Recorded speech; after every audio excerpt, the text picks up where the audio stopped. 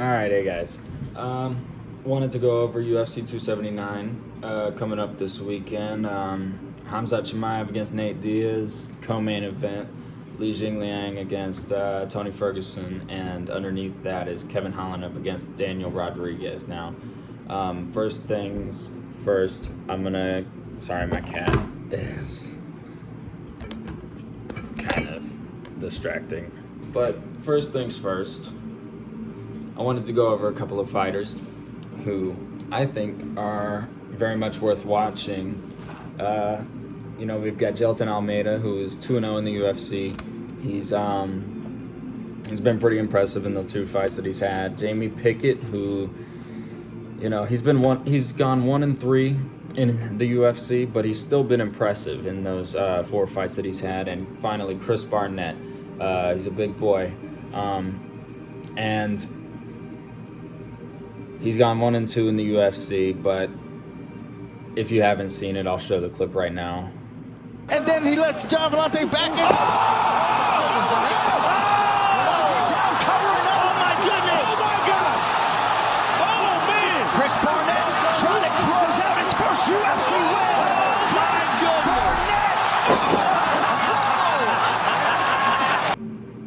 win. All right, but yeah, he's a big boy, and you don't see that every day from a guy that size. Now,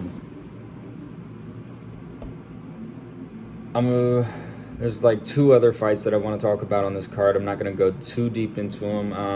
Hakeem Dawodu, who's 6-2 in the UFC, has been pretty impressive, and he's going up against a guy named Julian Erosa, who's been 5-5 in the UFC. He's got more experience. Total record is 27-10. Hakeem's total record, I think, is 13-2-1. For that fight, I'm not going to go too deep, like I said, but I think I'd take Dawodu in that fight. And then to start the main card off, we've got Johnny Walker going up against Ion Cutelaba, who's also known as Hulk, because of the fact that he likes to paint himself green every now and then for his weigh-ins. So he might do that again this weekend. He's on a big card, so I wouldn't be surprised if he did. Now, both these guys coming off of losses. Cutelaba lost his last fight to Ryan Spann from Beaumont. I'm in Lumberton. And Johnny Walker has lost his last 2 to Jamal Hill and Thiago Santos. So both these guys have lost to some pretty good talent as of late.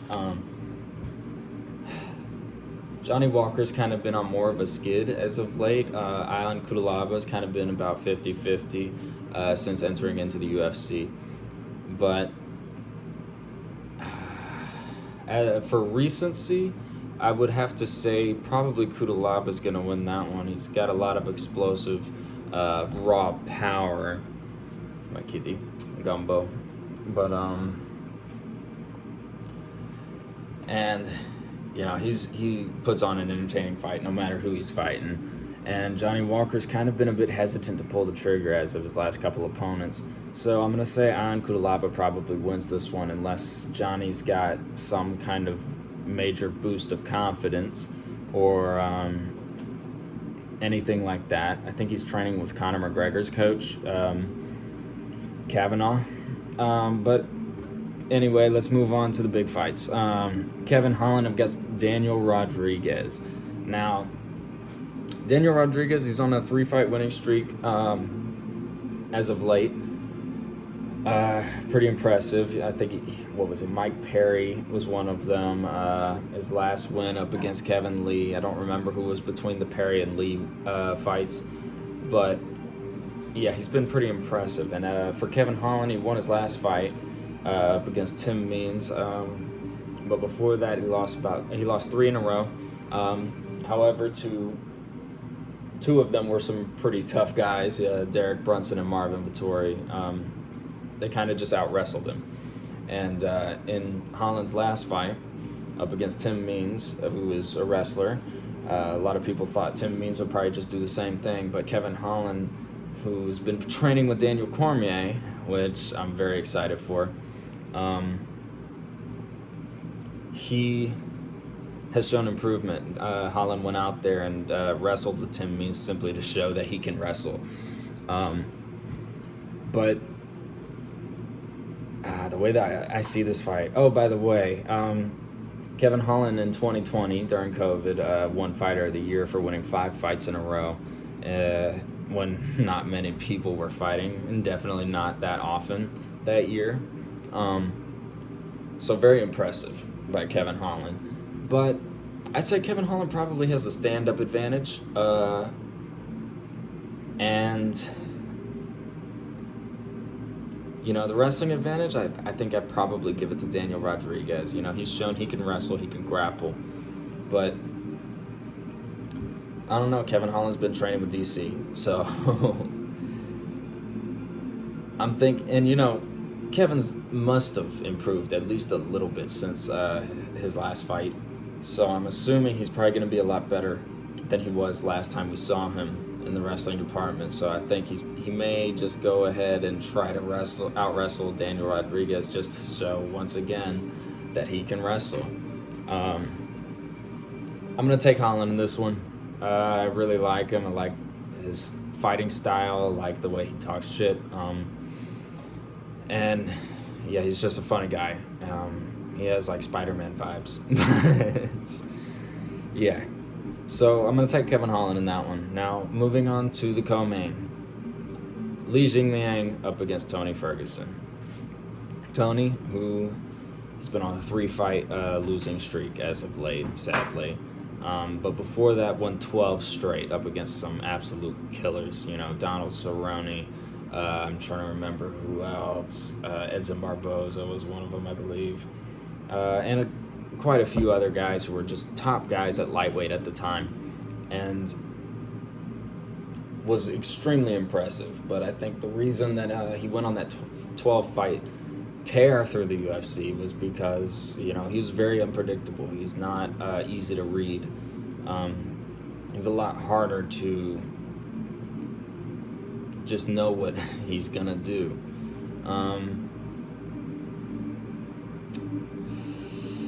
But as for Li Jingliang, he's a very well-rounded fighter. Doesn't have too many losses. He lost 2 fights ago up against Hamzat, and I'll play that clip right here. Li Jingliang in red, Hamzat Chimaev in black with an early shot.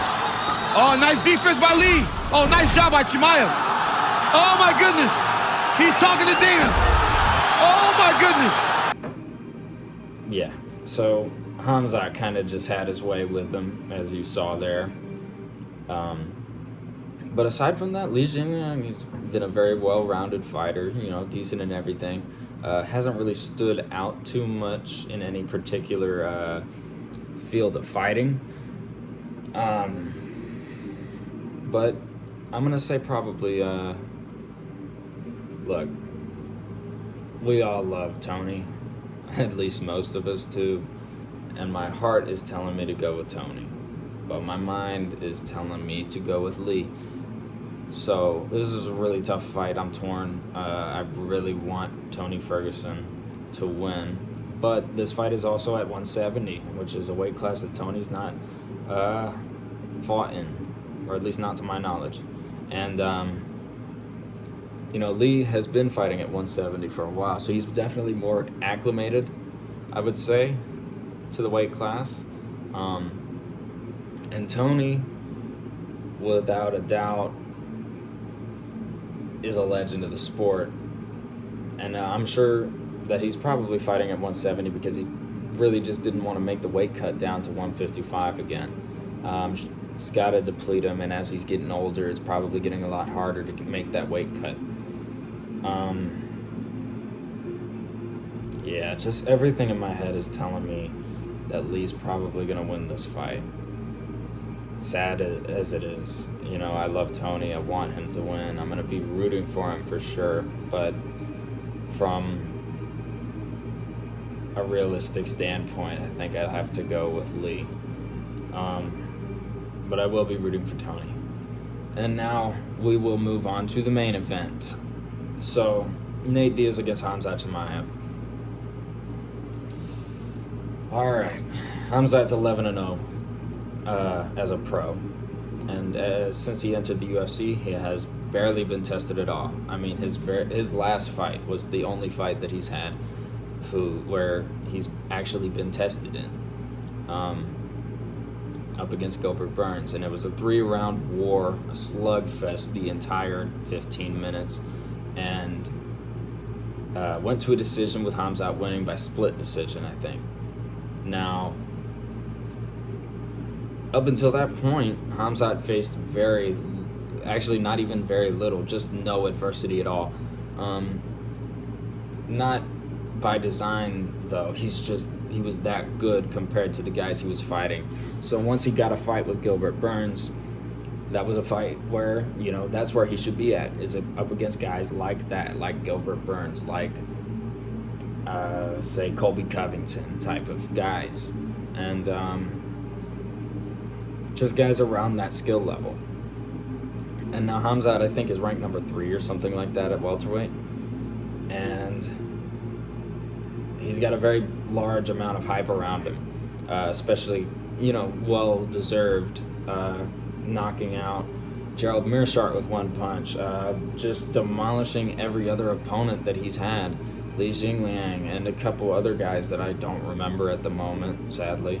But, I mean, just insane the way that this guy's been tearing through the division. It's not really been seen before. I mean, the only thing we can really compare it to, I would say, is probably John Jones. But as for Nate Diaz, he's a legend of the sport. He's been in the UFC for a long time, since 2005. Ultimate Fighter Season 5 winner. Never won the belt, though. He fought for the belt once against Benson Henderson, lost by a decision, I think. But man, I love Nate. I love Nate. I mean, just his attitude, the way he carries himself, the way he fights is spectacular. It's pure, like, genius, the way that this guy fights. The way he fights is like he peppers you up with shots that he's not hitting you with 100% of his power. He's not trying to take your head off. Just hitting you maybe 40-50% of his power or so. They're still going to hurt, but they're not going to hurt as much as he could hurt you. And that's by design. It's not because he's weak or anything like that. He likes to tire his opponents out, and that's why the way he fights just works so well for him, and has more cardio than anyone I've ever seen in the UFC. I mean, this guy has swam to Alcatraz Island and back at least 5 times, just on his free time, just because he felt like it. Him and his brother, they do triathlons for fun, and don't even really train for them. They just go out and do it, and more often than not, they win or come close to winning. But yeah, and then on top of the way that he fights on his feet, if this fight goes to the ground, he's fully well capable of handling himself and defending himself. And he's definitely capable of pulling off the upset, especially by decision, I would say. Now, this is a 5-round fight. We've seen Khamzat kind of gas out whenever he fought Gilbert Burns. Going into that second round, it seemed like he used pretty much all his energy in the first, and it kind of cost him. Gilbert started to really take control of the fight from there. And then, come the third round, Khamzat was able to regain control. But after that fight, he looked exhausted. So if he comes out and fights the way he did for the Gilbert fight, the way he did for any other fight that he's had in the UFC, which is just push, push, push, go, go, go, get to you, maybe slam you, or just take your head off. This guy puts 100% of his power into just about every single strike that he throws. And I think if Nate Diaz can get out of the first couple of rounds, bring him into the 3rd, 4th, and 5th round, because it's a main event, so it's going to be 5 rounds. If Diaz can drag him into deep water. That's where Diaz has the best chance. Diaz is definitely going to want to tire him out and have him make mistakes, which the way that Khamzat fights, it leaves room for mistakes. Leaves room for him to overswing, overstep, and possibly push too far, too fast, with too much aggression to the point where Nate could possibly catch him, and whether that be a big shot like he did against Leon, or if this fight goes to the ground. I could see Khamzat possibly trying to sweep, transition, or something like along those lines. And since the way he fights is just go, go, go, like, I think Nate will be able to capitalize on a mistake that Khamzat makes. And Khamzat made a lot of mistakes in the Gilbert-Burns fight. He still won, but it doesn't change the fact that Gilbert was able to capitalize on those mistakes. And Nate is such an experienced fighter. He's gonna lean back. He's not going to push come first, second round. The deeper Nate gets into a fight, the better he gets. That's an absolute fact. And we've seen it in action. We've seen it happen before. But I could see a world where Khamzat comes out and is just swinging for the fences, looking to take his head off, because in the lead up to this fight, Nate has said that he wants to keep this fight on the feet. And if he's able to do that, it's going to be pretty dangerous for Nate. But I think he'll be able to capitalize on the mistakes that Khamzat does. And I can also see a world, though, where Khamzat comes out and it just looks to shoot for a takedown almost immediately, just like he did in the Li Jingliang fight. However, if he pushes for takedown, I could see Nate catching him. I could see Nate putting him in a triangle, an armbar, a guillotine, Kimura, something like that. Because Nate, like I said, is capable of pulling off this upset. I mean, he upset Conor back in 2016. Some people even thought that he won the second fight, including me, with Conor. And man, I love Diaz so much. In a perfect world, Khamzat comes out, looks amazing, gets to the 4th, 5th round, is winning the fight, and then suddenly Nate hooks up a triangle choke, catches him, something along these lines, and gets the win like that. But it's going to be a tough fight. It's going to be a tough fight for Nate. And it really is a shame, because it just seems like the UFC is trying to tear down the star power that they've built in Nate Diaz. Because this is the last fight on his deal, he wants out of the UFC. He wants to go do other things and possibly make more money while he's at it, and he definitely will. So it really just seems like they're trying to tear down that star power that he's got, and it's a damn shame. I mean, I was pretty upset when this fight was made. I actually thought it was a joke when I first heard about it, but sadly it's not. But I'm definitely gonna have to roll with my boy Nate, as most people are for this fight, or at least it seems that way. But yeah, I'm gonna pick Nate. So to go over my picks for this weekend, we've got Hakeem Dawodu, we've got Ion Cutelaba, and then for the last 3 fights of the night, we picked Kevin Holland, Li Jingliang, and Nate Diaz. And yeah, I guess that's about it. So I hope you guys enjoy the fights. I know I will. And yeah, that's it. So hit like, subscribe, and all that.